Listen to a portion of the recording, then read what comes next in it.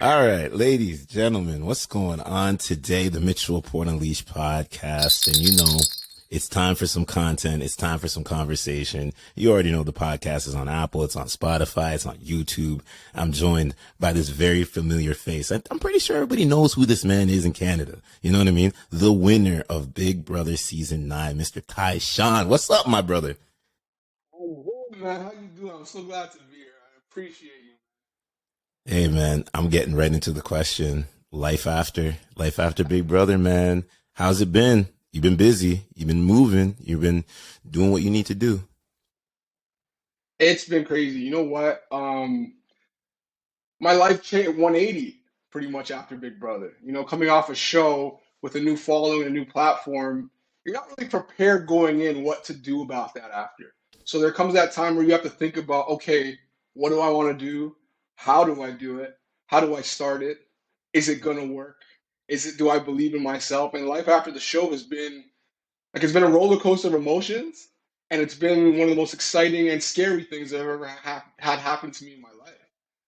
Like, you know what I mean? I switched from, having a corporate job, from going into this unknown world of content creation, motivational speaking, modeling, and and acting. Like I'm even taking acting classes. Like I don't know where it's going to lead me, but I'm bringing everybody on the journey with I love it, man. I love it. How's life me. been though? Like what's one big thing you learned coming out of that house about yourself? You know what I mean? Being isolated with 14 different faces and things like that. What's one of the biggest things you learned about yourself once you came out of that house?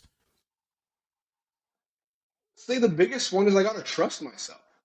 Um, I think before going on that show, any decision I had made in my life, I would consult maybe 30 people, call mom, grandma, auntie, literally everyone. And for being on that show, I didn't have the opportunity to do that. I didn't have my friends, I didn't have my family. I just had to go with my gut instincts. And all my gut instincts, well, turned out to be right because I ended up winning. Everything that I thought I should do, I did. Anything I thought I shouldn't do, I didn't do. And these are the things that led me to success. So the takeaway from that is trust your gut on your path to success. You know what's right internally, but sometimes we doubt ourselves. We have those outside voices, and in that situation, I couldn't really trust the outside voices because we were playing a game. So I had to trust myself. Exactly, exactly. When you think about everything that you've learned, right? And then you started to travel and I've seen you in Dubai and intertwining with different, ethnicities and culture and things like that. When it comes to the culture side of traveling, what's one thing that you found out that you were like, "Hey, this is pretty cool." You know what I mean? I came out, I won, I did this, but now I get to travel the world and learn even more about myself. What I love about traveling is that we learn so much about different people around the world, how they live, how they're happier, or not happier, but how they're happy in their situations, and sometimes in what we perceive as having less than us. And what was very special about my cultural experience traveling is that I went to two very contrasting places and going to Dubai and seeing what um, a real world class city is like with seven-star hotels and with some of the best service in the world to a country like Ghana. We don't see that level of service, but we still see people who are proud, happy, giving, caring, and loving. So it was a very interesting experience to see how different people live their lives, but it seems like the people with less are the happiest. And it's intriguing because it makes me wonder what can I take from that? What can I learn from that and incorporate that into my own life? Oh, I love that. I love that. One of the things I admire about you is just your hustle, your mindset, your dedication. And what made me even reach out was when that one post you made on your Instagram about you quitting your job to pursue modeling and things like that. How scary was that feeling for you?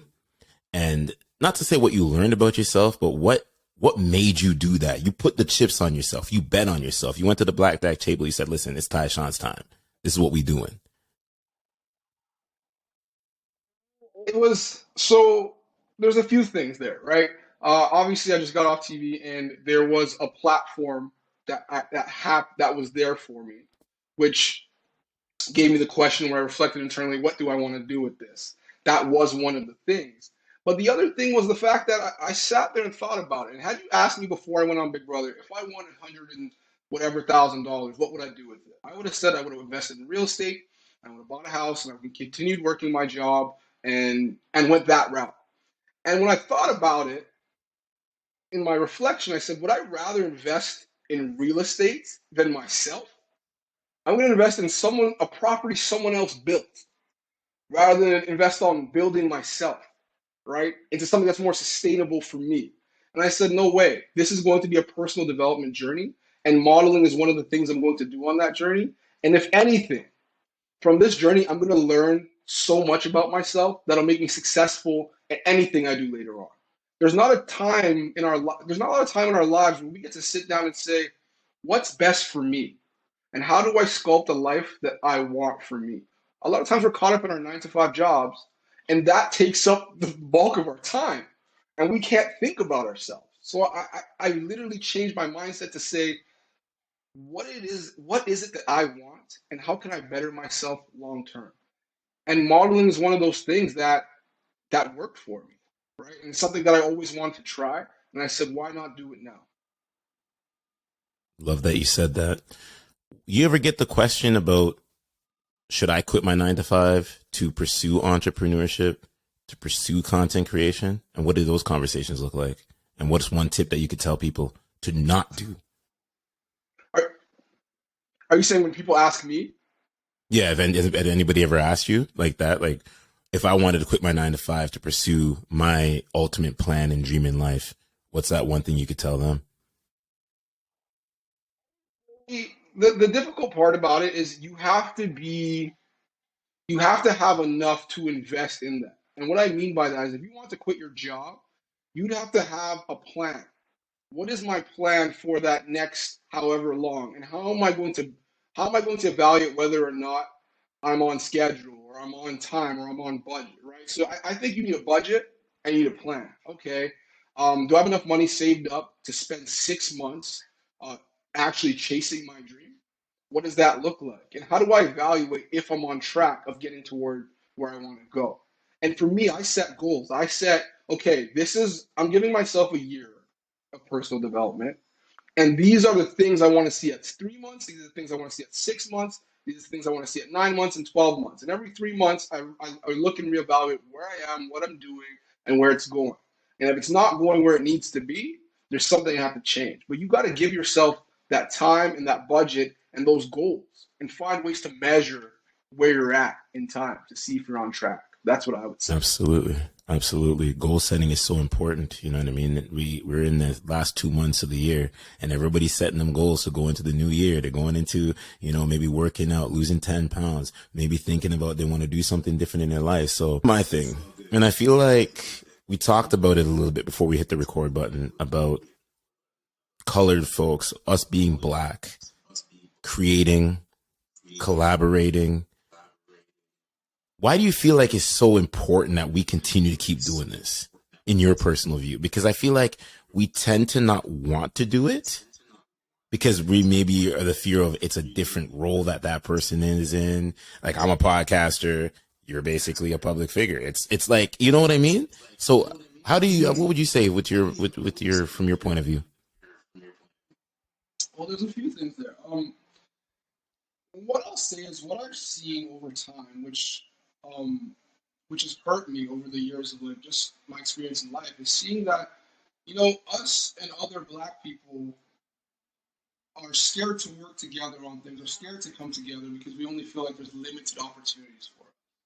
There's that one job for us. There's that one opportunity. If I work with you, I'm risking getting you an opportunity that I might not get. It's like sometimes we can be in that with that scarcity mentality and that crabs in the bucket mentality. And what I'm realizing from what I'm doing now, especially, is that there's so many opportunities for us. There's a huge push for Black people to be in everything, right? And we need to be represented in everything, whether it's TV, whether it's modeling, whether it's in the financial sector, whether it's in fitness. We need to be represented, right? And that's really important. So it's so empowering when we come together and uplift each other. I think we create strength as a unit. And I played basketball my whole life. I'm all about that team mentality. And I see it now. I look at it. When I see anybody doing something where I can help, or they can help me, I'm going to reach out because I'm at the point now where it's like there's so much out there for all of us, and we need to come up together. That's how I see it, honestly. No, absolutely. Absolutely. You speak about basketball, and I feel like the team mentality, the mama mentality, things like that. How would you say, what did you learn in basketball from coaches? Maybe, could be coaches, could be whoever that you've added to your lifestyle. You know what I mean? As far as that hustler's ambition, the mama mentality, like I mentioned, and things like that. Wow. So the basketball learning, the takeaways from basketball are literally endless. To be honest, like there's so many things, but the one that stands out to me that I learned through basketball is consistency. Like it's that consistency and self discipline, right? Knowing how to prioritize what you need to do, and then being consistent at it. And when I think about it, it's like that was my life. Every day I had to practice. Every day I had to get shots up. And these are things that I carry into my life now. Every day I have to either have time to think about new content, practice my modeling skills, work on my acting skills. There's something I have to work at every day to go where I want to go. And it's sometimes we forget all the things we learned in basketball because we learned them in basketball. We forget to take it out of that arena and bring it into what we're doing now. Exactly. That's Yep. also a challenge too. It's like that was a basketball skill. As I actually know that's a life skill. But it's the consistency, right? And it's when you play God, you're competitive. You want to win, right? And in life, I want to win. I want to see success. So I know that I have to be disciplined and consistent in order to reach that moving And I target. feel you. So that leads into the other conversation because I know there's supposed to be a basketball game with a mutual friend of ours. And yes, this is going in the show. You and Jed, you know what I mean? When's this happening? I'm calling it out on the pod right now. When is it happening? You know what I mean? Yo, listen. Honestly, I'm one of the hardest players. So I'm getting older. I'm not gonna lie to you. I'm one of the hardest players to beat one on one, though. Right? Hmm. I'm ready for Jedson anytime. Anytime he's ready, you know where to find. I have a basketball court in my building, so I'm ready anytime. Like, we can go downstairs, get it popping. I love basketball. I played with Jedson all summer, so that would be fun. We're both competitive, so it'd be a game.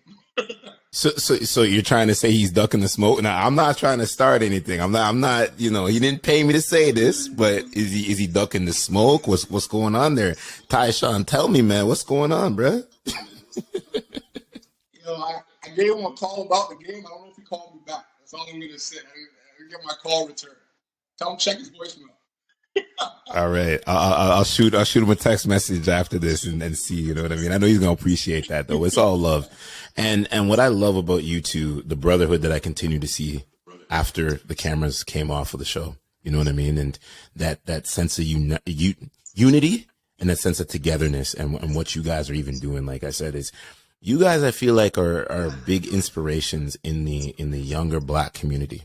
You see what I'm saying? We're all around the same age and things like that. So when I see us black folks really elevating, you can think about the younger crew that's coming up, right? A lot of these kids don't have a sense of direction. They may not have family members and things like that, but they have this thing called the phone, right? And what they can do is, hey, who's Jed? Who's Tychon? Like, I can be like those guys. You know what I mean? They're idolizing things like that.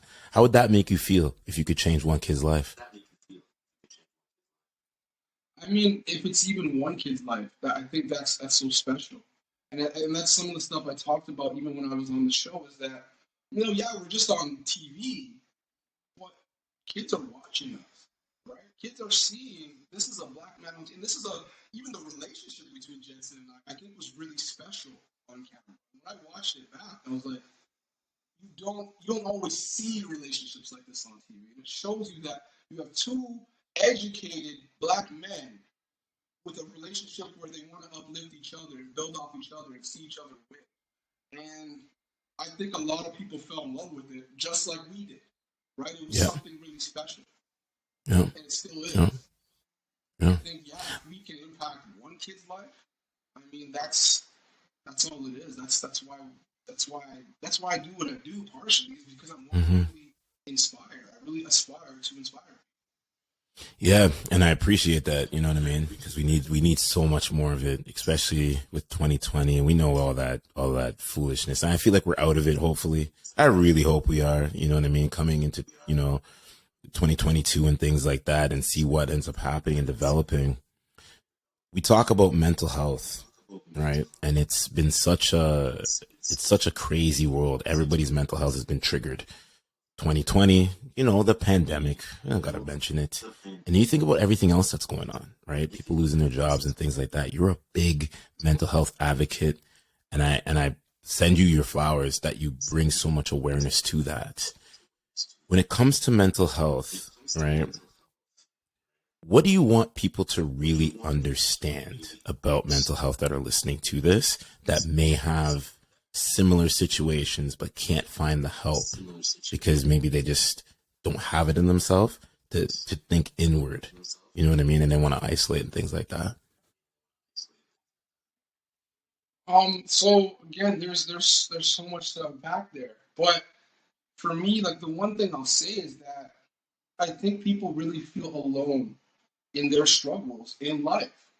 And one thing I want to be clear about is I'm by no means an expert on mental health. I'm actually taking a course on mental health facilitation, but I'm by no means an expert on mental health.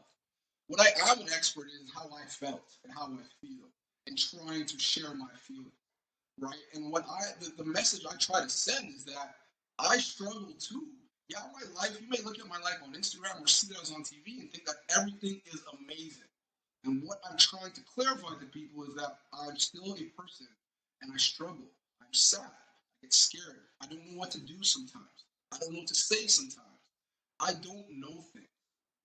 And I think in a world where we have so much social media, where people are constantly showing their highlights and their best, we get caught up in thinking that we're not good enough. We're inadequate. And I try to share the message that's not true. Just simply not true. We all struggle. We all have insecurities. Some of the happiest people that we perceive to be happy are some of the ones that are killing themselves, right? They're the ones really struggling. And what I want to say to those people, it's okay to struggle and it's okay to talk to someone about how you feel, especially as men, right? As men, we're taught that we have to be okay. We have to be okay and project to the world that we're okay, even if we're not. And I really want to break that stigma and try to help myself and other people at the same time and enlightening them that it's okay not to be okay and it's okay to struggle. It's okay to talk to someone. Whether it's counseling, whether it's meditation, whether it's positive self talk, whether it's reading, whether it's whatever it is, there are ways to help ourselves. And I'm just trying to spread awareness on that. Go into it. So you know what? Okay. It might be the book I'm reading Hmm. now. It's called The Untethered Soul, and it's a book about soul searching, right? And it's a book about understanding how to separate yourself from yourself. And what that really means is like to take yourself out of being caught up in your life and really being able to step out of situations and evaluate how you're feeling, what you're going through, and why you're feeling those things, and how to let that energy pass through you. Because there's so many times through life we just hold on to things. We take things personal that are not personal. We take and these all derive from being what I say what the book refers to as being uncentered. You're not grounded, you're not centered. You're just being pulled any way. Anytime somebody says something to you, it makes you really upset. Anytime something happens, you're triggered. And it's because you haven't yet figured out how to let things pass through you. And it's spiritual in a way, but I see why it's so helpful along my personal development journey because I'm really learning how to see life from a third person perspective, which is still my Okay. own, Oh, I love that. if that makes sense. So it's one that really I find is special for me, I love and that. it's I really love that. different from anything else that I've read. Who is that one person that influences you the most to get up in the morning to go, to seek after your goals, to crush your goals, and to just live in the purpose that you know you're living in?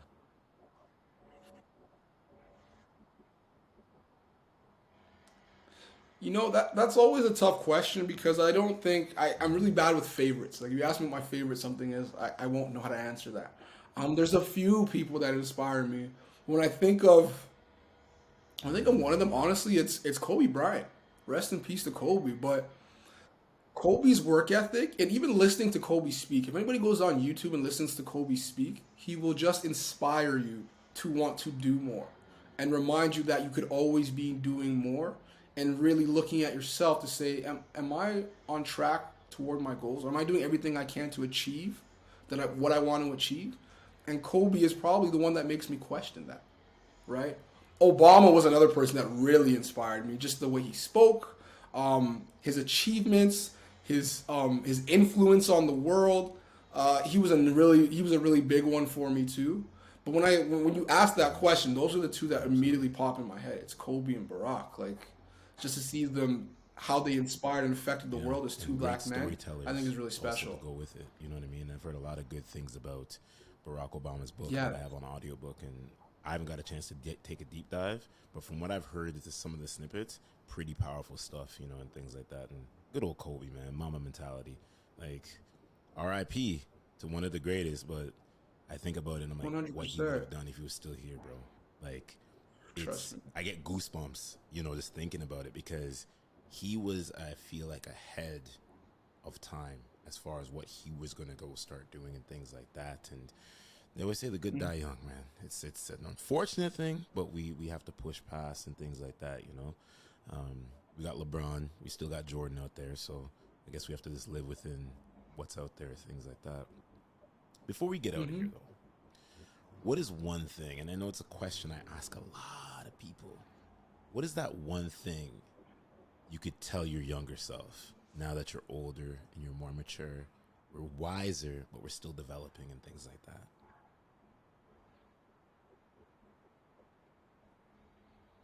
What is one thing I wish I could tell my younger self?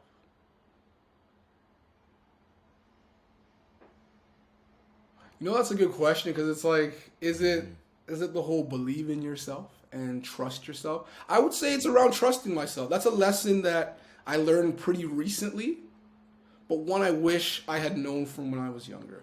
I think throughout a lot of my life, I was very worried about what people think, what people are going to say, and reluctant to act on things because I didn't trust myself.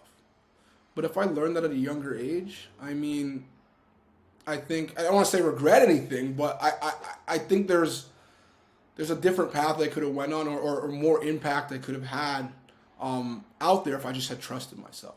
And that's the message I would give to myself. I don't live with regrets, but I want to say I should trust myself. Trust yourself. Like you know instinctually what's right. You've developed. I was a student of life. I was always trying to learn from somebody, trying to learn something new, trying to grow. But when it came to doing things for myself, there'd be that little sense of hesitancy. Like, should I? I don't know. But should I put myself out there? I don't know. And as I put myself out there more and more, Yeah. the things I want start to come to fruition. Yeah, And trusting not to yourself is the essence of live getting there. back in the moments of the show, but one of the things I remember you said, I was watching it real time, every episode, never missed it, PVR'd it, and it was when you were looking at the chessboard.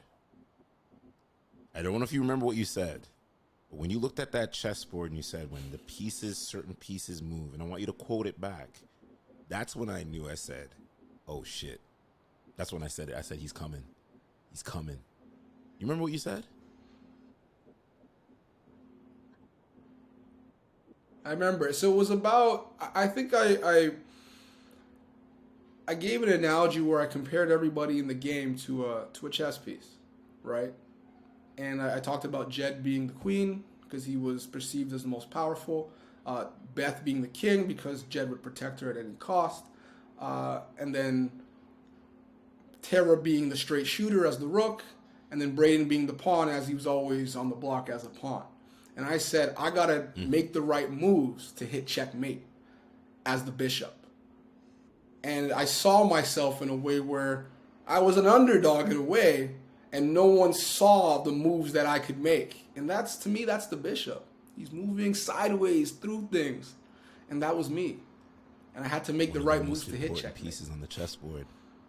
When you said that, I went into a deep dive on chessboard, and I actually looked at the chessboard, and I goes, "What is really the most important?" You're laughing, the man's laughing, but what is the most important piece on the chessboard? So many people think it's the king, the queen, the rook, the this. It's actually the bishop. Believe it or not, it cuts off angles. You know what I mean? Cuts off angles. Yeah, 100%. It's always there, ready to knows how to take you out. disguise You it. don't even really see it. Diagonal one way and back way. You know what I mean, and The things horse like and the that. bishop. My man, like I said, this is an honor for me to just create this with you, this dialogue, this content, this message. I know there's something there for somebody, and just keep doing what you're doing. I'm watching your journey on social media. Everybody, check you out on social media, because I just know you're up to some amazing, powerful things that's going to be happening very, very soon for you. And what's one thing you want to? What's your New Year's resolution for heading into the new year? I haven't fully thought about that, but I would say it's kind of what you said right there. Keep going, keep grinding, keep pushing, even when things don't look like they're unfolding in the way you want to. I just got to keep pushing, right? I got to see that light at the end of the tunnel and keep pushing toward that, right? Because yeah, there are things right now that I'm doing that I'm like, oh, it's not going the way I wanted it to, Absolutely. but I got to keep going. Where can everybody check you out on social media, man, if they haven't seen you on Instagram yet?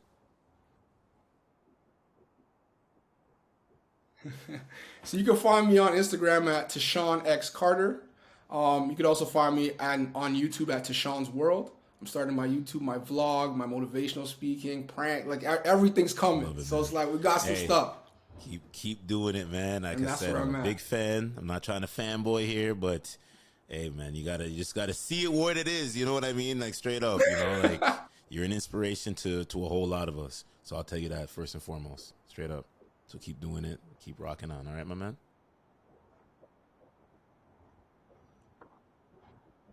Yeah. I appreciate you. Thank you so much for having me, man. Okay.